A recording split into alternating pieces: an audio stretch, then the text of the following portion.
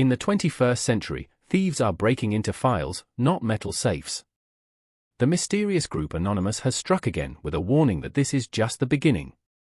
There are only a few places on Earth that come even remotely close to Yellowstone Park. There's just so much to it, from centuries of history to beautiful landscapes. The exploration knows no bounds here. But while the world is focusing on the pretty canyons and mesmerizing geysers, something else is going on under the surface, something dangerous that the government doesn't want anyone to know about yet. Anonymous, the infamous hacker group, has just released top-secret information. Yellowstone Park has finally shut down, and something extremely weird is happening. It's something you wouldn't even notice, even though it's going on right under your feet. On average, Yellowstone experiences approximately 1,500 to 2,500 earthquakes per year, and many of them can even be concentrated in a single week. But recently, there have been more and more earthquakes closer together, which has had park officials a little worried for a while. Now that we're seeing over 340 earthquakes, things seem to have taken a turn for the worse. It means that something is going on under the surface, and it's getting more serious as time goes on. When you talk about anything related to a volcano, this is only an indication of catastrophe. While we know Yellowstone as a dormant volcano, there are still low levels of activity going on in there, and with that massive caldera, even low levels of activity can add up fast. That's why what's happening now is worrying. If Yellowstone is experiencing such frequent tremors, it might mean that a major eruption is on the horizon. At this point, you might be thinking that the danger doesn't really seem that imminent because no one's really talking about feeling that many earthquakes at Yellowstone. But that's just the thing, most of the earthquakes the area receives are undetectable by humans, so the only way we even know they're happening is because we've got the technology to be able to pick up even the tiniest of seismic movements. But that doesn't mean there will be a slow build-up to a massive earthquake or an even bigger eruption. No, those can come up seemingly out of nowhere and destroy everything before we'd even have the chance to react. The worst thing about Yellowstone is that it's not just a volcano capable of some local damage, it's a supervolcano that can destroy the whole world. Supervolcanoes are geological features characterized by their immense size and potential for catastrophic volcanic eruptions. These eruptions are much larger and more powerful than typical volcanic events, often expelling thousands of times more material than a typical volcano. Yellowstone is one of them. The Yellowstone caldera is the volcanic feature at the heart of the supervolcano. A caldera is a large bowl-shaped depression that forms after a massive volcanic eruption empties the underlying magma chamber, causing the ground above to collapse. With all the smaller earthquakes, it's only a matter of time before the supervolcano gets to the point of an eruption. The ground might also experience deformation where the surface rises or falls due to the movement of magma beneath. This deformation is measured using GPS and other monitoring techniques, and it's been obvious that something is going on. As magma moves and accumulates beneath the Earth's crust, it generates heat that can affect nearby hydrothermal systems. Hot springs, geysers, and steam vents are all part of these systems. An increase in the temperature of these hydrothermal features can suggest the intrusion of magma closer to the surface. The chemistry of hydrothermal fluids is intricately linked to the geological processes occurring beneath the surface. When magma interacts with groundwater or hydrothermal fluids, it can cause changes in the chemical composition of these fluids. An increase in certain elements, such as silica or sulfur compounds, could indicate the involvement of new magmatic material. Monitoring these chemical changes can provide insights into the movement of magma and the potential for an eruption, which park officials are always working on just so nothing can catch them by surprise. But even then, they know that it's possible for a super eruption to come out of nowhere. The movement of magma can lead to the deformation of the Earth's crust, which can affect hydrothermal features, causing them to shift or change behavior. When the temperatures of geothermal features experience a noticeable increase, it often signifies that magma might be moving closer to the surface. Rising magma generates heat, which in turn affects the surrounding hydrothermal systems. This one's been a little harder to gauge because of the way temperature has been fluctuating due to climate change. Although, from what the researchers in the area can tell, there has been a sudden increase in the past couple of years. Geysers, known for their periodic eruptions, can be particularly sensitive to subsurface disturbances. If these disturbances are caused by magma movement or pressure changes, geyser behavior ends up changing. As there have already been variations in eruption intervals, durations, and intensities of the geysers, there are more than enough indications of it being a supervolcano eruption than a normal one. An observable increase in gas emissions, particularly those containing sulfur compounds like sulfur dioxide, has been noted within Yellowstone. Hydrogen sulfide, making up approximately 0.15% of the gas emissions, contributes to the distinctive smell resembling rotten eggs that can be detected in specific areas. This is a cause for concern because it's associated with magmatic activity. Magma contains dissolved gases that are released as pressure decreases. Monitoring gas emissions around hydrothermal areas is very important and is done in Yellowstone specifically because it can provide evidence of heightened volcanic processes, even without the tremors. But it's the earthquakes that really end up at the forefront. You see, the Yellowstone caldera formed as a result of 3 massive eruptions over the past 2.1 million years. These eruptions, known as the Huckleberry Ridge eruption, the Mesa Falls eruption, and the Lava Creek eruption, have each been incredibly destructive. The Huckleberry Ridge eruption resulted in the actual creation of the Island Park caldera. This enormous volcanic feature stretches across the landscape 47 miles in length, spanning parts of Yellowstone National Park in Wyoming and extending westward into Idaho's Island Park region. The caldera is a massive volcanic crater that formed due to the eruption's colossal force. The eruption of the Huckleberry Ridge tuff, the volcanic material ejected during the event, is considered one of the largest volcanic events ever recorded on Earth. It released an astonishing estimated volume of 590 cubic miles of material. This eruption is especially remarkable because of its sheer magnitude and the impact it had on the surrounding environment and beyond. The Huckleberry Ridge eruption likely unfolded in 3 distinct phases occurring over the span of decades. Each phase involved the release of immense quantities of volcanic materials, including ash and pyroclastic flows. These phases of activity were marked by violent volcanic explosions during which the materials were ejected at high speeds into the atmosphere. But just as it might have seemed that things could never get any worse than this, they did. The Mesa Falls eruption is dated to approximately 1.3 million years ago and is notable as the second most recent caldera-forming eruption from the Yellowstone hotspot. This event resulted in the formation of the Henry's Fork caldera, located west of Yellowstone National Park, specifically in Idaho. It is a key feature in the landscape resulting from the volcanic activity, expelling an estimated volume of 280 cubic miles of material. Even though that's about half of what the Huckleberry Ridge tuff eruption expelled, this magnitude still places it among the largest known eruptions within the history of the Yellowstone hotspot. The eruption's significance extends beyond its sheer size as it contributed to the evolution of the Yellowstone Plateau volcanic field, playing a pivotal role in shaping the unique geological features of the region. The resulting rock formation, known as the Mesa Falls tuff, emerged through the compaction and welding of layers of volcanic ash and fragmented rock. This process created a dense and substantial rock formation that has persisted through time. The eruption's ejected materials added to the volcanic deposits within the caldera, contributing to its growth. The result of this expansion is the Henry's Fork caldera, which measures around 15.5 miles in width, adding to the massive overall volcanic features in the area. The Lava Creek eruption stands out as a pivotal event in the history of the Yellowstone hotspot. It unfolded approximately 640,000 years ago and is recognized as one of the most substantial eruptions associated with the hotspot's activity. The magnitude of the Lava Creek eruption is staggering, with an estimated volume of around 500 cubic miles of material ejected. While this was less than the other 2, it only added to the destruction they left behind. The Lava Creek tuff was formed, and that's what it looks like today too. But what would it really be like if Yellowstone had another supervolcano eruption right now?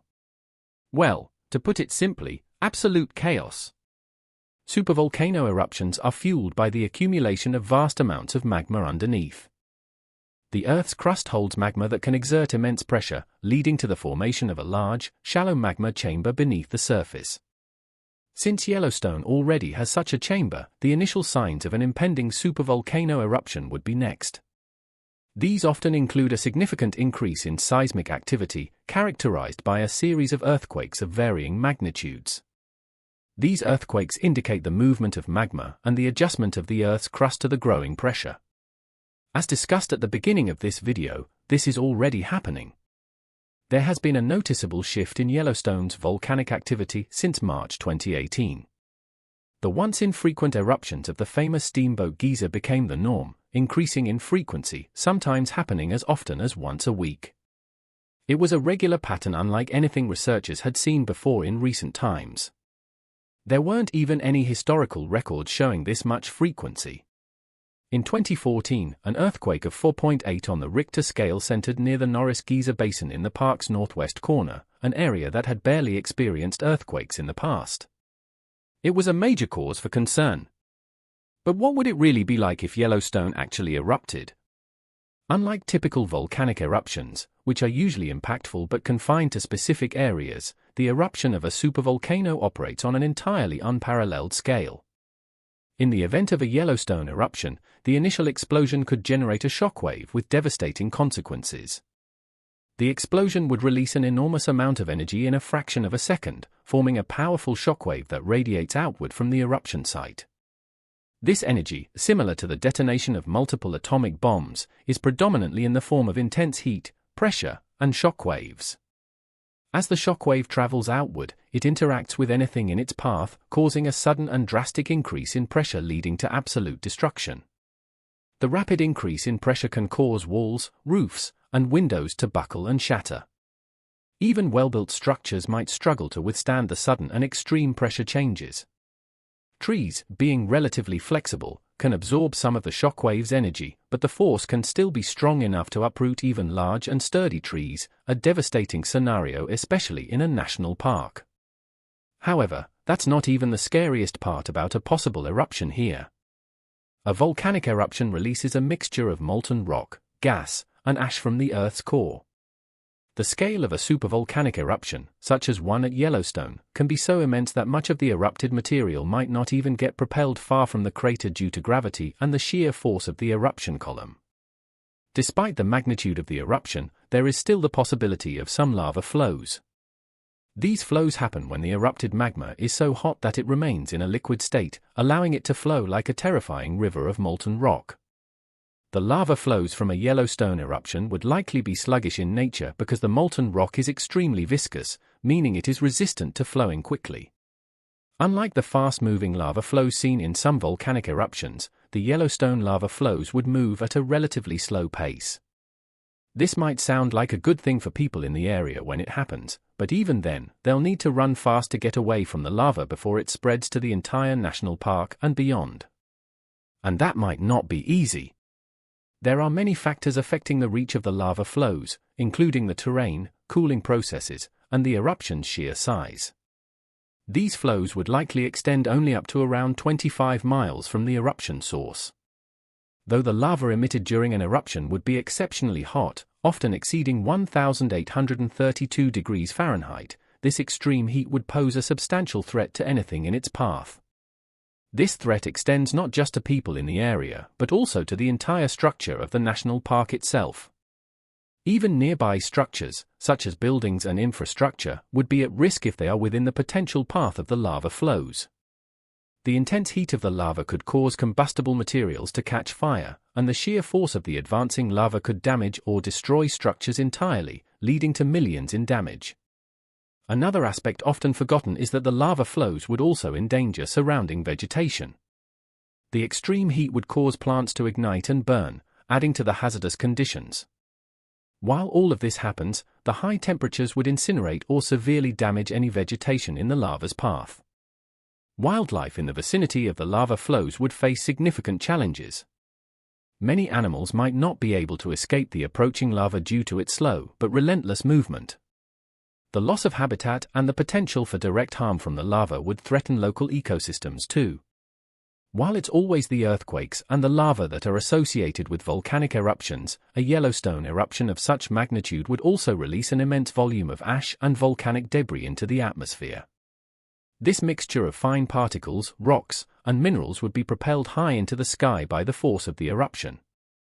Once in the atmosphere, the ash would be carried by the winds over vast distances. Depending on the strength and direction of the winds, these ash clouds could spread hundreds of miles from the eruption site, affecting areas far beyond the immediate vicinity of the volcano. As the ash clouds disperse, they wouldn't just stay there, they'd interact with the atmosphere. The fine particles in the ash can scatter sunlight, leading to reduced visibility and hazy skies. This diminished visibility could affect transportation, navigation, and general day-to-day activities. The effects go beyond the general area and end up affecting the literal atmosphere of the Earth. The ash and sulfur particles in the atmosphere act as a reflective barrier for sunlight.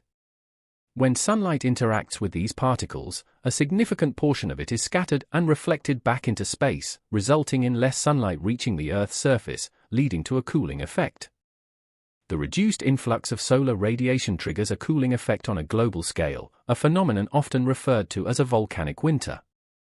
The cooling can impact both daytime and nighttime temperatures, leading to a noticeable drop in overall temperatures.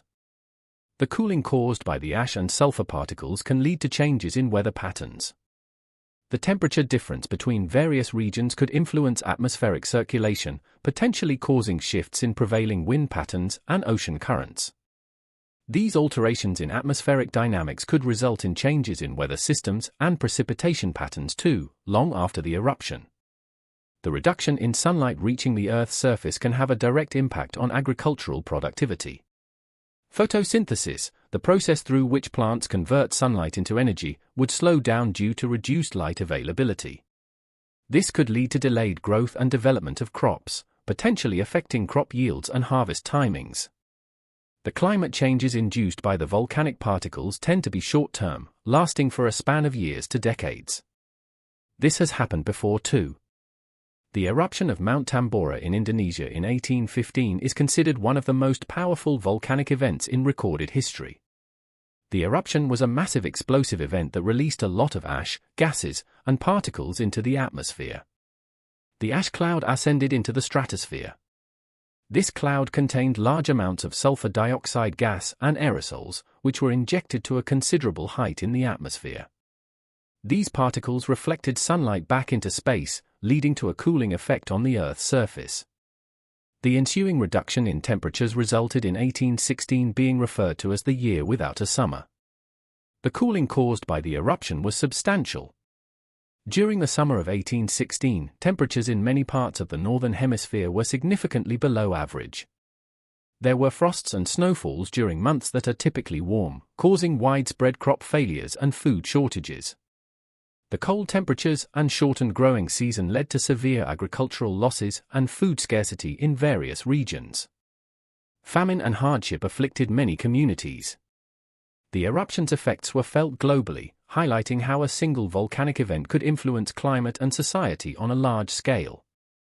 A century later, the eruption of Mount Pinatubo in the Philippines in 1991 ranks among the most catastrophic eruptions of the 20th century. This eruption also released substantial amounts of ash, gases, and particles into the atmosphere. Similar to the Tambora eruption, the Mount Pinatubo eruption propelled significant amounts of sulfur dioxide gas and aerosols into the stratosphere. These particles remained suspended at high altitudes for an extended period. The aerosols from the eruption scattered sunlight, leading to a cooling effect. The year following the eruption, 1992, witnessed global temperature anomalies, with cooling all over. The cooling effects were noticeable but less extreme than those caused by the Tambora eruption. There were localized temperature reductions of up to 1 to 2 degrees Celsius in some areas. Air travel took the most significant hit, as air travel throughout the region had to be suspended, and it took months for things to go back to normal. However, it's also important to remember that volcanic ash is not only an inconvenience but also poses health risks, particularly to individuals with respiratory issues such as asthma or chronic obstructive pulmonary disease. Inhaling fine ash particles can irritate the respiratory system, leading to breathing difficulties and exacerbating existing health conditions. Considering the world just fought a deadly pandemic that affected respiratory systems, many people are already dealing with respiratory problems, and this would ultimately make it much worse.